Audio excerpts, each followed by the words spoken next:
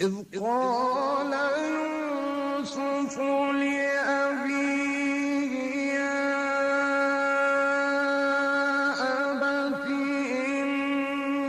إني رأيت أحد عشر كوكبا والشمس